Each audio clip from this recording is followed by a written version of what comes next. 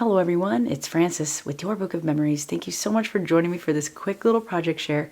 I actually made, again, for Samson's teacher, another notepad holder, this time using beach-inspired little bits and pieces. So from the individual sheet aisle at Hobby Lobby, I've got this Paper Studio beach paper right there. And then I chose like a textured, which I actually left the spine exposed, some textured pinky, I don't know, sandy paper. And then I've got some baker's twine with a couple knots right there.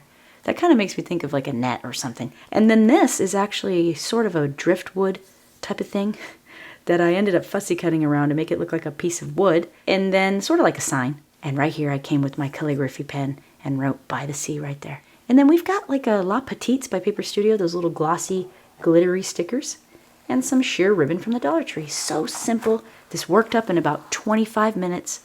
If you know what you're doing, it comes together so quick. Right here again, I've got a cute little angle pocket, and I teach you how to make this entire thing start to finish. I actually updated the class. I made one about 10 years ago. I've got that twine coming in from the back as well. We got a cute little pen that comes out of that little ribbon pull. You can put a pencil or a pen in here, anything you want for your friends or family. And then we have, look at this, a little bit of a sandy feel, and it's a removable notepad. So you can change it out. And all we did was just add a little strip of paper right there, created a nice little pocket, and this slips right back in.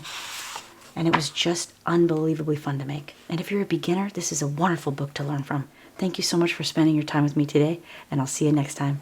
Bye!